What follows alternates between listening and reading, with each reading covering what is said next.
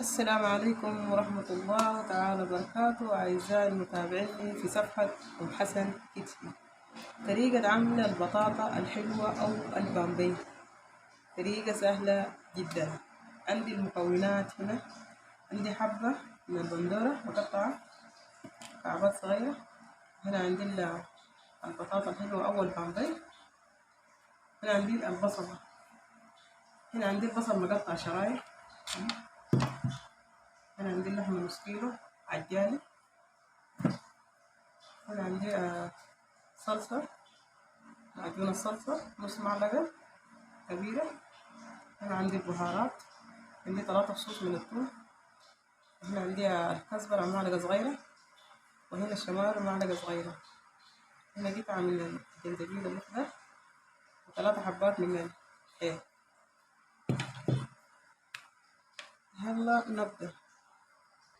وهنا وضعت الحلة على النار وضفت عليها شوية زيت نباتي، زيت نبات. وهنا بنضيف البصل،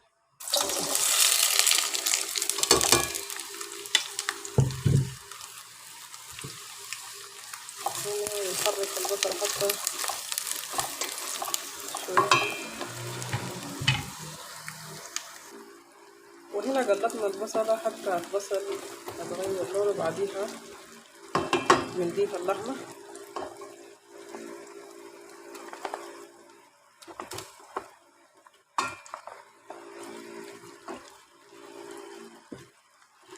نقلبها.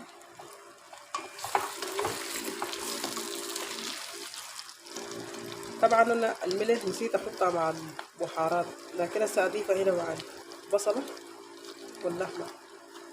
معلقة كبيرة، معلقة صغيرة من الملح. نقلبها جيد.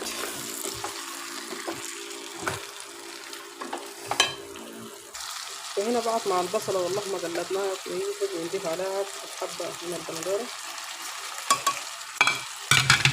المعلقة من الصلصة المعجون برضه نضيفها.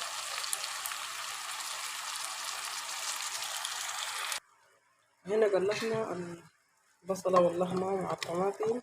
هنا شايفين يا جماعة الطماطم دابت. بعدها بنضيف البهارات.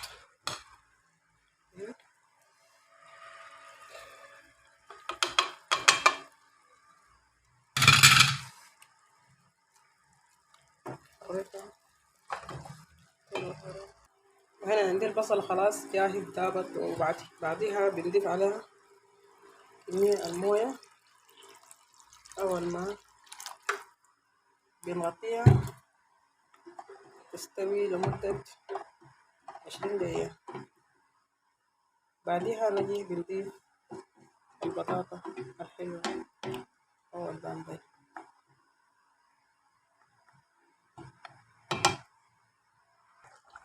وهنا قدامها اتسبكت شوية يا جماعة. بعديها بنضيف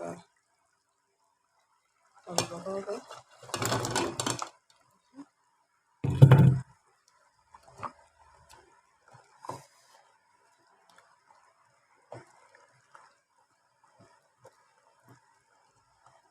طبعا البطاطا دي بتستوي بسرعة، ما بتاخد وقت كتير.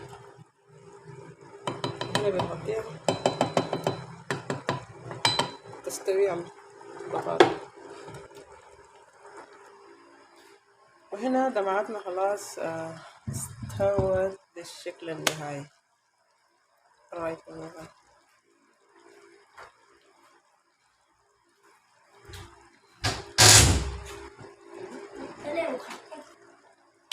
شايفين يا جماعة خلاص طبعا عندنا جاهز.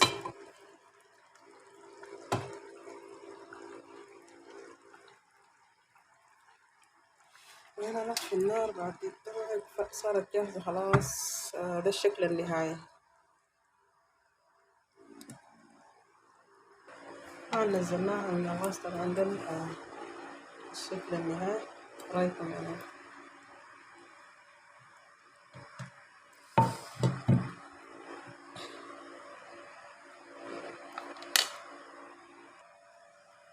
وهنا شايفين يا جماعة، شايفين الوش عامل كيف.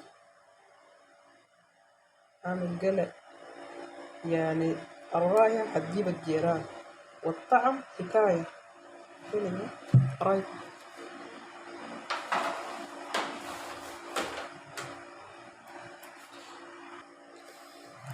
احنا عندنا شوية سلطة وهنا عندنا الخبز يعني عملتها بالقلاية. طبعا عملت منها فيديو قبل كده شايفه الخبز.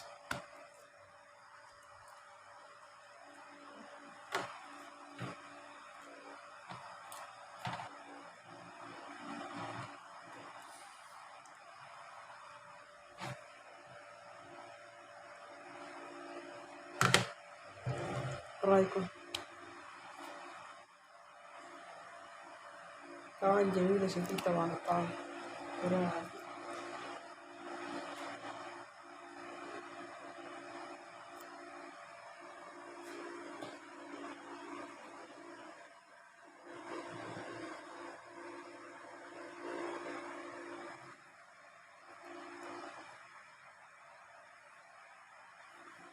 هنا وصلنا لنهاية الفيديو.